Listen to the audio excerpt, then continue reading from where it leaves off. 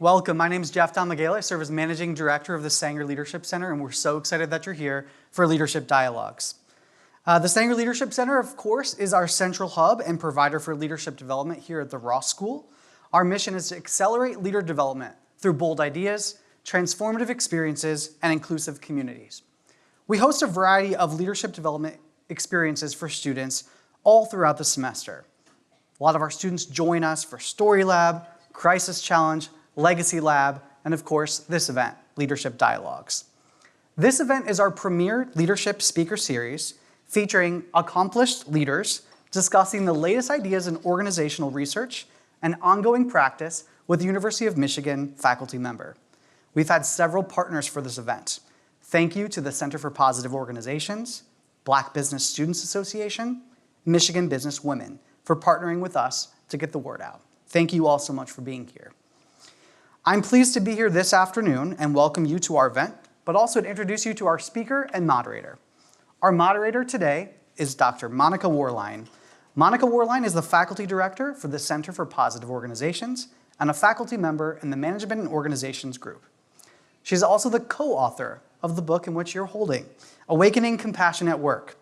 Monica has dedicated her research, writing, and teaching to understand how we can build organizations that cultivate more courageous thinking, compassionate leadership, and forms of organizing that bring people's best work to life. Joining Dr. Monica Worline today for our Leadership Dialogue series is Tiffanie Boyd. Tiffanie Boyd is McDonald's Executive Vice President and Chief People Officer, and is responsible for establishing the talent, organization, and culture strategies to deliver successful business outcomes. Tiffanie joined McDonald's after almost 23 years at General Mills. Tiffanie holds an MBA and BBA from the University of Michigan's Ross School of Business and currently serves on the board for the Sanger Leadership Center. Please give a round of applause and a warm welcome to both Monica and Tiffanie. Yay. Thank you, Jeff. And thank you, Tiffanie, for being here today. We are so thrilled to have you back on campus with us. So grateful for your time. Thank you. Excited to be here. Okay, so first things first. We know we got to hear a little glimpse of your formal professional biography, which is very accomplished. But what's the story that doesn't show up in the professional biography? What do you want us to know about you as a leader? Wow. Well, I guess I'd say a few things. First, thank you for the invite. I'm very excited to be here. This feels a lot like home for me. Michigan is a special place in my heart. I grew up in Detroit, came to the University of Michigan, not really knowing much about what to expect, frankly. You know, it was the big school, relatively close to home. I got a decent amount of financial aid, to be honest, to come to the university. And it wasn't until probably after I graduated from college that I realized that Michigan is the powerhouse school that it is. But it's special for me. I met my husband here. I actually have two sons who are students here now, so we are a diehard Wolverine family in my house, and we love that. So that's one thing to know about me. The second, I would say I went into HR because I loved the idea of what business had to offer, the competitiveness of it, the marketplace dynamics, but I also was very passionate about people and making the connection between how to help people live their best life, frankly. I see my own personal mission as being very connected to helping other people identify their purpose and achieve their potential, and I feel really fortunate to get to do that in my job every day. And I'm passionate about doing things that you care about, and I think there's a place for that in the business world. So that's really important. The third thing I'd say is, I work for McDonald's. Hopefully most of you know McDonald's. I mean, most Americans have been in a McDonald's or have some special memories. It is an amazing brand, an amazing company. We have 45,000 restaurants around the world. We have 2 million people who work for the brand. We are in over 120 countries. So I have the good fortune of leading an entire function of HR people who support all of that. And, we had a small group session, and I was saying to the team earlier, even though we make burgers and fries, the job is very purpose-driven. There are small things that I can do at McDonald's and impact communities and people's lives around the world. And I don't take that lightly. I think that's a really high honor. And there's a lot of opportunity within the McDonald's system to do a wide range of things. And so I'm working every day to continue to make McDonald's a great place to work for the people who do it, and whether they do it as a crew member serving customers or as an executive, leading really big parts of our business. So that's really important to me. Thank you. Thank you for illuminating that role of purpose as a guide and something that you carry with you through your career. It's inspiring. As if we rewind back even further in your professional biography, you had a tenure at General Mills before McDonald's, where you did for 23 years many different kinds of things, I'm sure.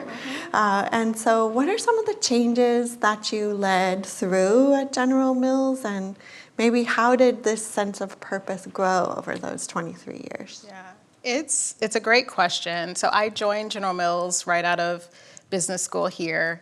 I actually interned with the company in one of the manufacturing plants, and I thought I would do that for a summer and then go into consulting or something that sounded more glamorous at the time. But I loved manufacturing. I loved that there were everyday people trying to make a living for their family, and the job was both strategic and high impact, and there were lots of tactical things that had to be done too. Over the course of my 23 years there, well, I guess I should say, I didn't plan to be there 23 years, because who plans that when you're 24 years old? I thought I would stay 3, maybe 5 years, because at the time I thought if I could get vested in my 401k, then I could be out, and that was sort of it for me. But I had so many great opportunities, and it was a wonderful lesson, because I was saying I didn't plan to be there that time, but one of the lessons for me is that you can have an amazing career with a lot of differentiated experiences, even in the same company, if you say yes to opportunity.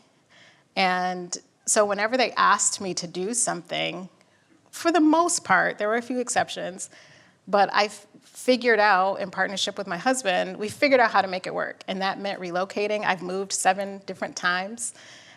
It meant doing things that I didn't know how to do. I worked in unionized manufacturing plants. I didn't know anything about labor unions and how to negotiate with them. I worked in our international business, and I didn't have a passport until I was in business school.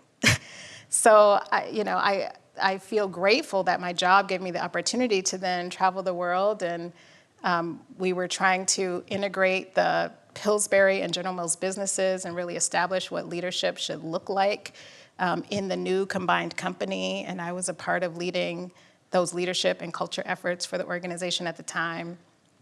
I moved to Canada and led HR for the Canada business, and was really a part of transforming the business and turning it from a low-performing to one of the high-performing business units and divisions in the company. And then I led our HR for our food service division, which was not glamorous at all. And we were trying to really make it a more attractive place for talent, even within the company, because everybody wanted to work on the big brands like Cheerios and Yoplait and Betty Crocker. They didn't want to work on the food service no-name brands. And we did a lot of great work there. So I have always tried to do the thing that was hard, because I think when you do hard things well, people take notice. Yeah. And when you're very clear about what you need to accomplish and how those accomplishments are going to benefit the business, then it's really difficult to deny the impact of your results. So those are a couple of things that have guided me, and I've tried to do different things, and it's given me a breadth of experiences that I continue to draw on in my current role, now that I have accountability for a lot of those different types of activities and people doing similar types of roles. Yeah. I love that your one summer turned into 23 years. Yes. With such a wide variety of experiences and driving huge transformations in really important ways. So we've had a chance to talk a little bit, and so I know that people are a passion of yours, and that it looks different to care about people and to be a people leader when you're just starting out in your career, when you're growing in your mid-career, and then when you're a senior leader and people are looking to you for strategic people leadership. How do you want to talk to our audience who are at many of those stages of their careers about people leadership? Yeah. So I would start with, it's probably the thing that you might be underestimating the most, but it's going to be the thing that has the biggest impact on your career. So no matter what your discipline is, whether it's marketing, finance, operations, HR, as you move up in the organization, you're going to spend more and more of your time on people leadership. And while today it's really important that you understand your craft and develop some expertise. So if you're evaluating the size, scale, and value of a company, or you're creating a new marketing campaign, or you're recruiting top talent, there are a bunch of tasks associated with that you would probably be doing early in your career.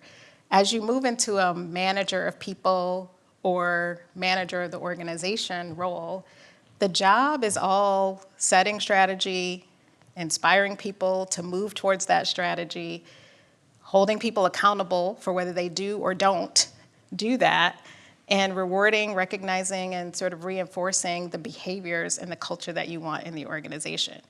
And that's true regardless of what discipline you're in. So one of the pieces of advice I often give people in university, whether you're in an undergraduate program or graduate program, there's no better place to practice your leadership skills than where you are now. And the reason is because none of you are working for the other person.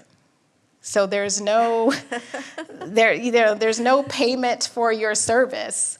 And if you can get people to work hard for you for free, when they have lots of other choices around how they spend their time, and if you can develop the skills that allow you to understand what people need, what drives them, get them to deliver on time, on budget, and in accordance with the quality that you're expecting, if you can get them to do that now, you're going to be so far ahead when you're in a corporate setting, because that's what the job is going to be all about. So I would encourage you to take some time and practice. And the Ross School, as well as the Sanger Institute, has a lot of great support resources and tools in this regard. Yeah, absolutely. I really think the message is so important that whatever your discipline, right, and whatever your ambition, that your capacity to work with people and to bring people along with you is core to how you will get there. We promised the audience that we would talk about AI. Yes, we should. So let's turn to that. How is AI changing the landscape of your work today? Yeah.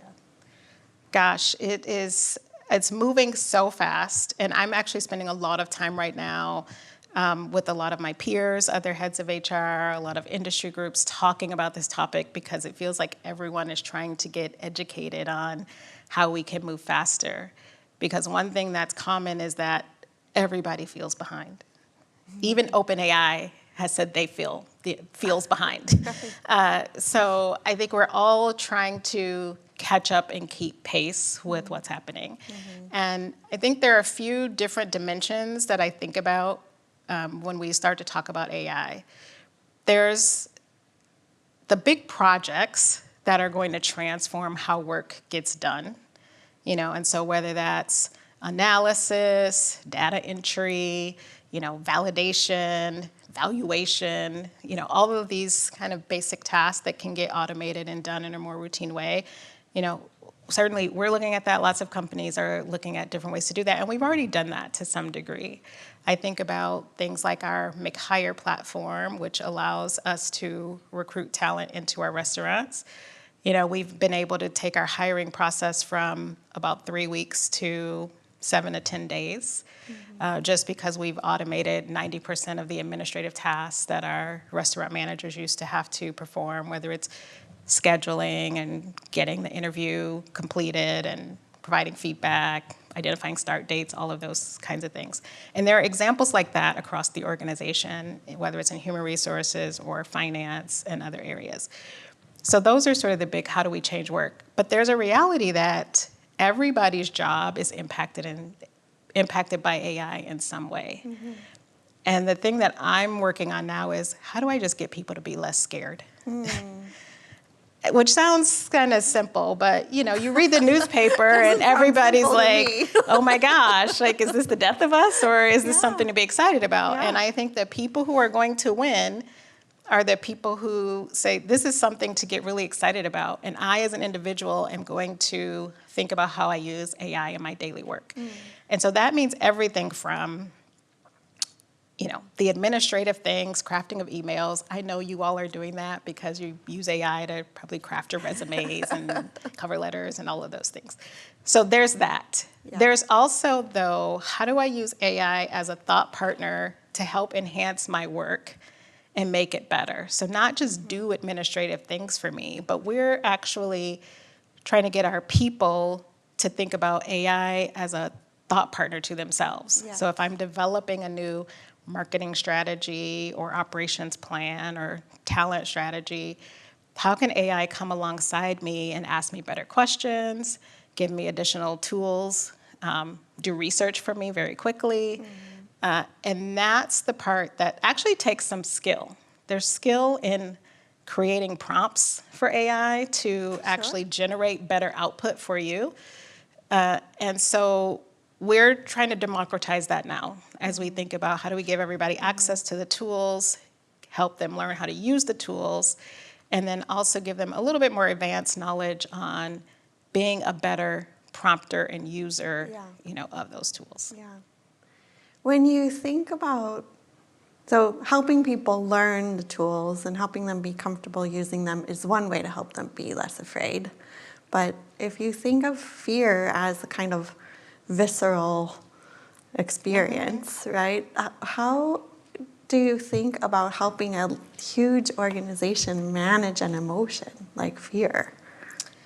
It's hard, but I think one of the things that's really important is communicating with a level of authenticity and transparency.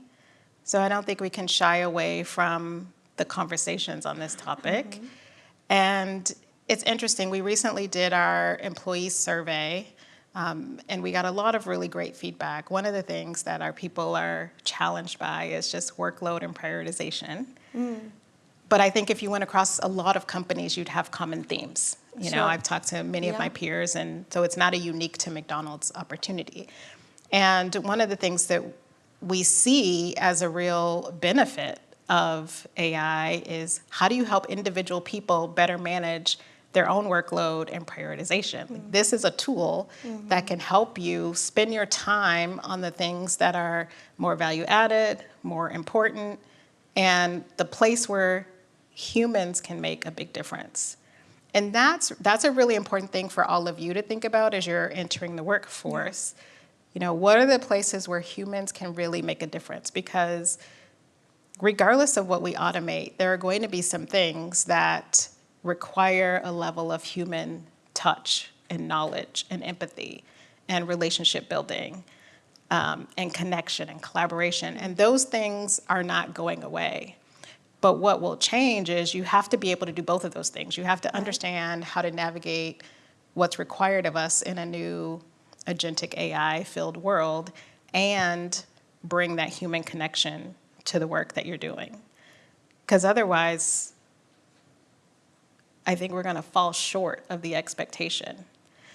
If you think about trying to create a marketing campaign, you can do a lot of things, perhaps with AI as a support mechanism, but ultimately, that's based on a consumer connection, understanding what they want and value, Yes. and being able to deliver that in a way that's really impactful. And it requires people across the whole organization to come together. Somebody has to do all of that work. Yes. So how do you all think about learning the skill of collaboration, thinking very laterally, connecting the technology with the human aspects of the work so that you can deliver something that's meaningful? That is a skill in and of itself. Absolutely. And speaking of fear, it's not contained within your organization, as you mentioned. There's a lot of fear around AI more generally in the economy, and there's a lot of dismal headlines these days. But I wonder if there are some reasons why people just entering the workforce and people thinking about their career trajectory might be excited to be entering the workforce right now, or be enthusiastic about coming into work at the dawn of AI age. Oh, so many, actually. So one of the things that's interesting to me about this topic is I think you all have a real advantage. You know, you've grown up in an environment where technology and many of these tools have been at your fingertips as long as you can remember. I mean, I know I'm going to sound a little bit like a dinosaur when I say this, but like your cell phone is an extension of who you are, you know, and that's very natural and normal. I mean, as a reference point, when I was in the business school, we had file folders in the lounge, and that's how you got your mail. Like, it's just, there's a whole generation of people in the workforce like me who grew up with that as a reality. I remember one time my mom was trying to get in touch with me, and she called the school. They put a note in my mailbox, and I had to go to my mailbox to get a note that said, "Call your mom." That's what it was like when I was here. So when you think about the fact that you have people who grew up with that as an existence who are now trying to navigate all of this acceleration and figure it out. Whereas for you, that's very natural. So you can come into the workforce already thinking about how you use technology as a really integral part of your work. So I think that's just much more natural for you, and you should use that to your advantage. You know, second, I think it's going to require us to think about what leadership looks like, and that's linked to some of the things I was saying in terms of how do you bring a level of humanity to work that's really important and that can complement what you can get out of any AI-driven tools. Because the people who can do that are going to be the people who can really make a difference. And the third, you know, you're coming off of an experience where you're learning constantly. You have different classes, there are different programs, you've had internships. Don't lose that, because the pace of things is moving so fast that if you can stay current with what's happening once you're in the workforce, and you take a bit of a continuous learning mindset to stay curious about your craft and what's changing, what the new trends are, and how technology is shifting to support it, then that's going to go a long way, because there are other people who are now saying, oh, I need to get curious, I need to learn. Whereas if you can keep doing what you're already doing, I think it's going to pay real dividends for you. Yeah. When you think about your own beginning, like just starting off in the workforce, and you think about those kinds of lessons, are there things you wish you had known when you were starting off? Like, oh my gosh, it's almost hard to answer this question because, for reference, I mean, I grew up in a working class family. My parents didn't go to college. So I came into college and then for sure into the corporate work world not knowing much, to be honest, and not knowing much in terms of how it worked and who to talk to and how to get a mentor and all of those things. So I learned a lot of that on the job and by doing, and I feel like I was blessed to have some people in the organization who really saw something in me and invested a lot of time to help mentor, coach, and create opportunity and open some doors for me. So I look back now and I say, oh my gosh, I really had no idea what I was doing. I was just young and ambitious and wanted to work hard, and I was committed to that. But so what I would say is, don't underestimate the power of building a network, because you can be amazing at whatever you do, and you can be really smart. But if no one knows what you're doing and no one's willing to take a bet on you or open a door for you, then it's going to be difficult to achieve your goals, or you won't even have exposure to know what your goals should be, if that makes sense. Yes. So you're in a position now where you're meeting lots of people from different companies. You have peers who are, in class with you. If you're an undergrad, they're MBA students. Take the time to be curious about people and learn what they do and how they do it, and develop relationships, because many of those same people will be in positions of influence who can help open a door for you that might be just the right thing at the right time. There's another reason to invest in our human relationship skills in the age of AI, right? That it's the human networks that we rely on most, although we learn from AI too. But when we need mentorship and advice, when it's time to take the next leap in our career, are there other ways that you can think of examples where you see like the human side of work and the human side of leadership really coming into the foreground while we're all fascinated with this technology? Yeah. I think it depends on your industry. Certainly I work in an industry that runs restaurants and serves customers every day. And, for the foreseeable future, that requires people. I mean, I can't imagine that happening without a human intervention. We want our restaurant teams to connect with our customers. They're an important part of that value creation. And so whether it's that or some other retail or manufacturing or professional services, where you're in a business that at the end of the day requires people talking to or servicing other people, then I think there's going to be a need for human level leadership.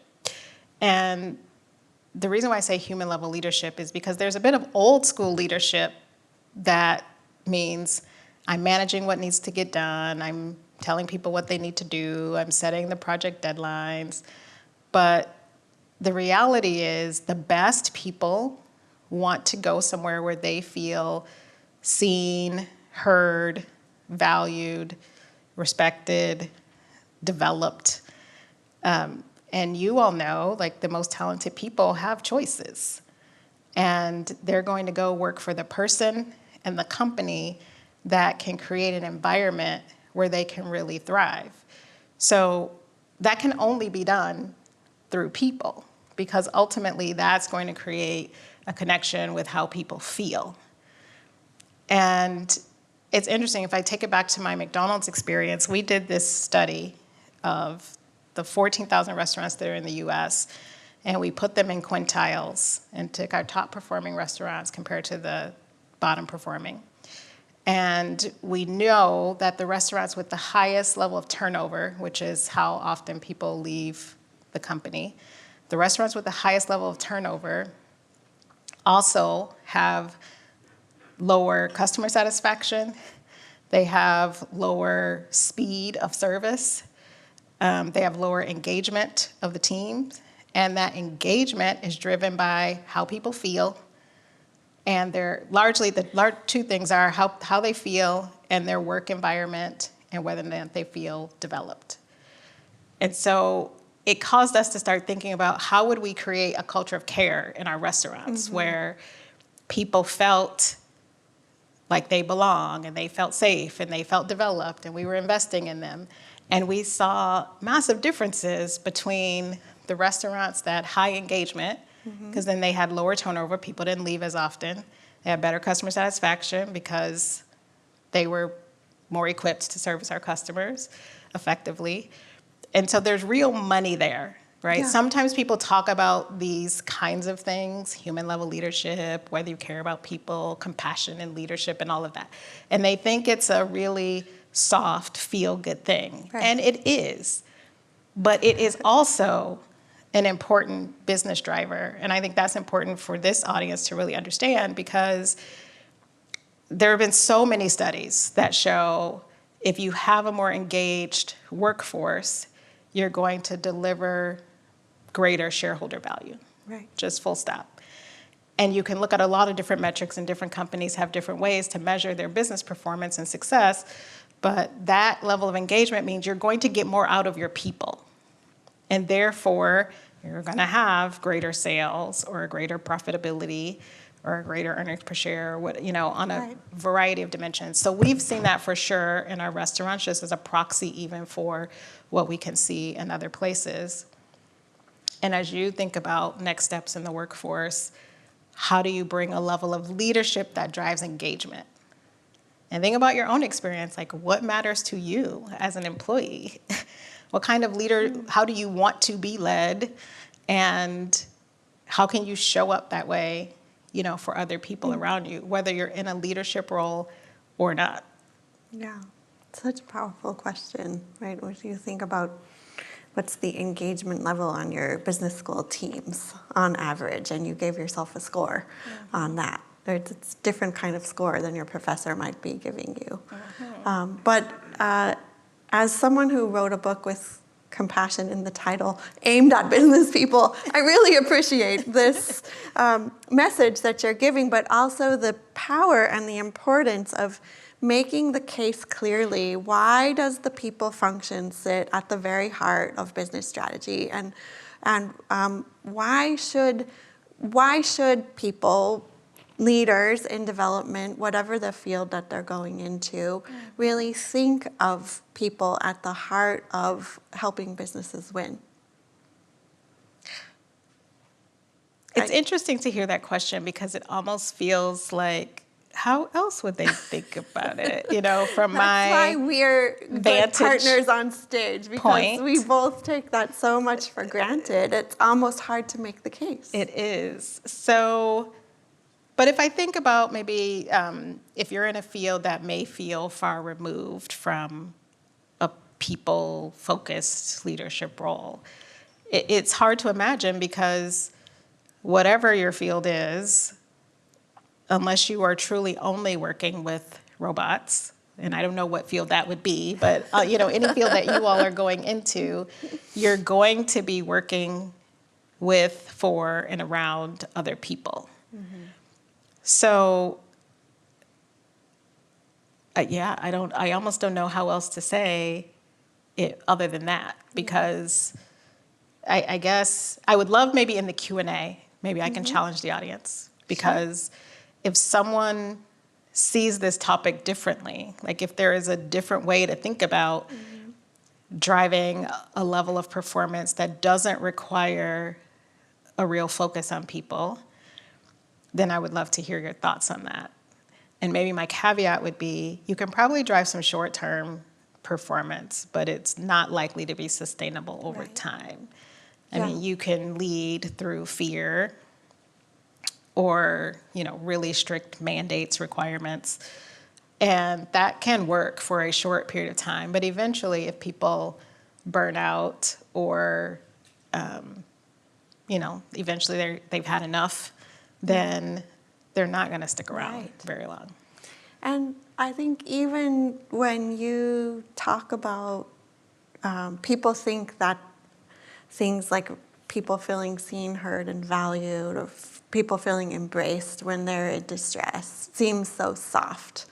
But then you're talking about a very analytic, intensive business that you're doing. I mean, I assume you're looking at a lot of data about performance across a large organization. Yes. And you are saying when we see trends in engagement and they're correlated highly with customer satisfaction, they're also probably correlated highly with safety measures Absolutely. and other places where the business can really take on risk, that you're blending, right, like your attunement and your emotional intelligence and your savvy as a people leader with a strong strategic sense of what is going to serve this organization in the long run, what's going to take our risk down, what's going to take our measure of excellence up. Absolutely. I'm so glad you brought that up, because I know we're talking about a lot of feel-good topics, but behind all of the work that my team does is a set of analytics and rigor that justify what we want to focus on. And, before I was in the job I'm in now, I was the U.S. Chief People Officer for McDonald's. And, one of my requirements was we are only working on things that we can measure and that we know will drive a business outcome. So even though we're talking about engagement and culture, we got to the point where we were very much linking those things to the business drivers, because in a world with limited resources, and all the companies you'll be going to, it's, the resources are somewhat limited, and there are choices that have to be made around investment, whether it is in a new technology or in people or in a new customer initiative or in an operational program. The desire and need to justify and quantify and prove that whatever that investment is will yield a return applies to people-focused topics as well. Now, sometimes they may be harder to measure, but it doesn't take away the importance of driving that measurement and being a part of a team and organization that's looking to validate and ensure that where they're investing money, there will yield a return. Right. We're going to turn over to the audience soon for Q&A, but before we do that, and to give you a moment to get your questions ready, I was curious about something you said about the pace, right? So this measure that you shared with us, that in one of your AI initiatives, you could change the pace of your hiring process, basically cutting it by almost 50% on average. And I've also heard other people using different kinds of AI functions talk about how much it speeds up. And we're kind of a culture obsessed with speed. But we know from systems theory and complexity theory that sometimes it's really important to slow down when you're trying to drive something that goes really fast. Because otherwise you get caught up in too much risk, or you don't have enough time to see the horizon and to steer in the direction you really need to go. So how are you thinking personally and professionally about slowing down while everything else is speeding up? Yeah. This is a great question, and I'm going to take a little detour and maybe then come back, because one of the things that your question reminded me of is, as you all are consumers of technology and the new things, agentic AI or others, learn how to be someone who understands what's behind that.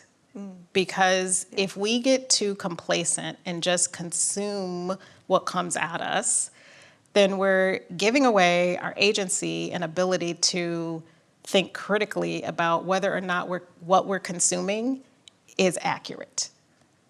And remember, AI and all of this is built on a foundation that has to have accurate data. Yes. And sometimes that's right, but sometimes it's not. And it takes a person to actually dissect that to understand, is it accurate or is it not? And if we take for granted everything that comes at us and just assume that it's right, I think we will find ourselves making bad choices and decisions. Yeah.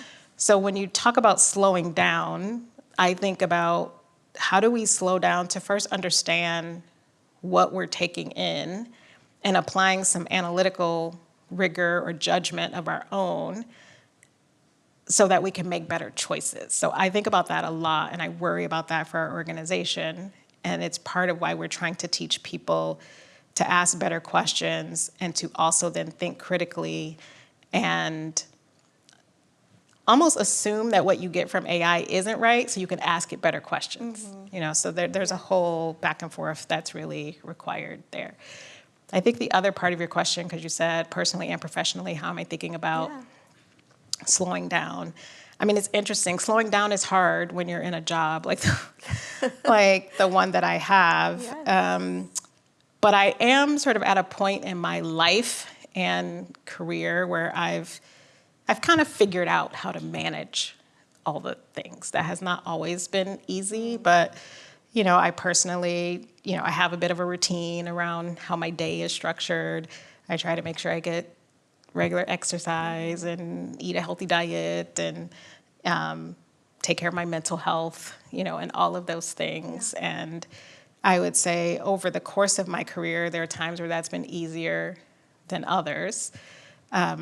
You know, I'm an empty nester now, so I feel like I have so much time that I didn't know about before. Many of you probably don't even know what it's like to not be an empty nester, but you'll eventually realize that, you know, if you choose or desire to have children, like that is a whole life thing that just takes up a lot of time.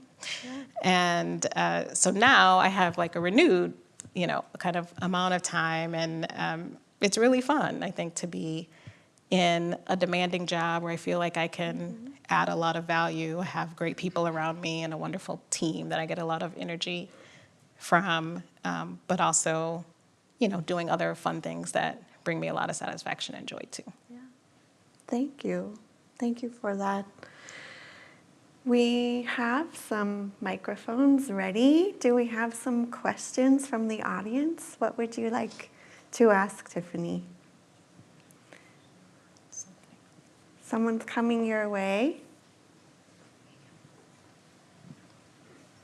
Hi, Tiffanie. Hi. I'm Aishwarya, and I'm currently a Master of Supply Chain student. And thank you so much for all of your insights. But I wanted to particularly ask you about a role which you took up, I think, in September 2013 as VP HR in supply chain. And I wanted to know what were the aspects of leadership did you see in that role? Were they any different than the other areas that you have, you know, already taken up leadership roles in? And how was it a little bit different as compared to other parts of the areas that you have worked in? Thank you for that. You know, supply chain is really near and dear to my heart because I spent probably a third of my career at this point either working in manufacturing plants or leading and having some oversight for manufacturing. I think the thing that's different about supply chain is that you're leading an organization with a combination of, you know, I'd call it blue-collar workers or people who are frontline employees who are working, you know, in manufacturing sites on the line every day, and depending on your industry, it might be 24/7, 7 days a week. And you also have a set of, you know, professional workers. And so thinking about the needs of both is critically important. You know, when I sat in that job, having been in a manufacturing plant was very important because I understood the difference between what our local employees, you know, felt and what their life experience was like, having been in a community and maybe never left that community, and maybe their parent worked for the plant and they work at the plant, and that was a really important part of their livelihood and the livelihood of a lot of people in that organization. So while that's not the technical aspect of supply chain, I do think that's a uniqueness of working in a supply chain if you're a supply chain leader. And our supply chain leaders were always very conscious of the impact of the decisions that we made at a corporate level on the people who worked in the factories. So I would say that's probably the biggest, but there are great leaders in supply chain because if you can lead a frontline workforce, again, whether it's manufacturing or retail, you learn so much about yourself, you know, as a leader. and having been in both union and non-union environments, some that were really tough. Like, you know, when you're going into a plant with someone who's been there 30 years and you're only 24, and they've seen lots of people like you come and go, you have to build credibility and gain a level of respect, and that's not easy. And when you can do that at that level, it just gives you a lot of leadership, knowledge, and credibility as you move throughout your career. Someone coming toward you in the front here. I can just imagine that that's a kind of scenario where you might ask AI for a little coaching, but you have to draw on your life experience and your human skill and your capacity for rapport building and listening and perspective taking in order to build credibility and work with all the dynamics that you're naming in that kind of a career transition. Yes, I'm glad you brought up asking AI for coaching, because I do think it's something that we all can do. And, you know, we've partnered with LinkedIn Learning to bring kind of a level of democratization to our learning programs across the board at McDonald's. And one of the best features is that you can get coached through tough performance conversations or giving feedback to an employee. And, you know, I think using that as a way to just learn and practice and perhaps elevate your skill even without going to a formal training class or doing something else, that can be really helpful. Yes. Hello, I'm Cindy. I'm the full-time MBA at Ross. I have 6 years of experience in HR, especially in HR business partnering. So I have a question for the aspiring HR leaders like me and other people here. What are the critical capabilities do we have to develop to be an HR leader in the future? Because of like the rapid transformation, like AI and everything, what are the critical skills that do we have to develop? Thank you. Great, I love that. And you know, it's interesting, when I was here, there weren't a lot of people who were studying HR. So I'm so glad to see that you, and I've met several others today who are planning to go into HR. There are a few things that I would highlight. The first is business acumen, which you're hopefully getting that in the Ross School. But you know, the most important aspect of my job is understanding our business and the business drivers, and then developing a people or talent strategy to help support that. And I think there are a lot of HR people who haven't quite made that journey yet. So, you know, really making sure you understand the business. How does your organization make money? What's really important? What are the financial goals and objectives? And how do you tie your work to that?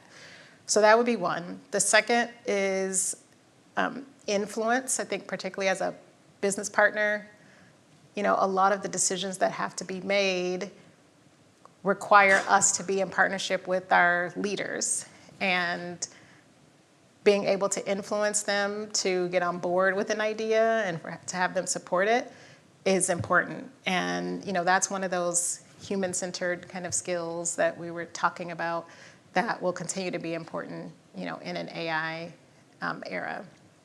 And then the third, I would say, is kind of digital and data analytics. Sometimes all three of those things are talked about together because they aren't really complement each other right now with technology, but being able to think about the people side of your business in a very measurable way.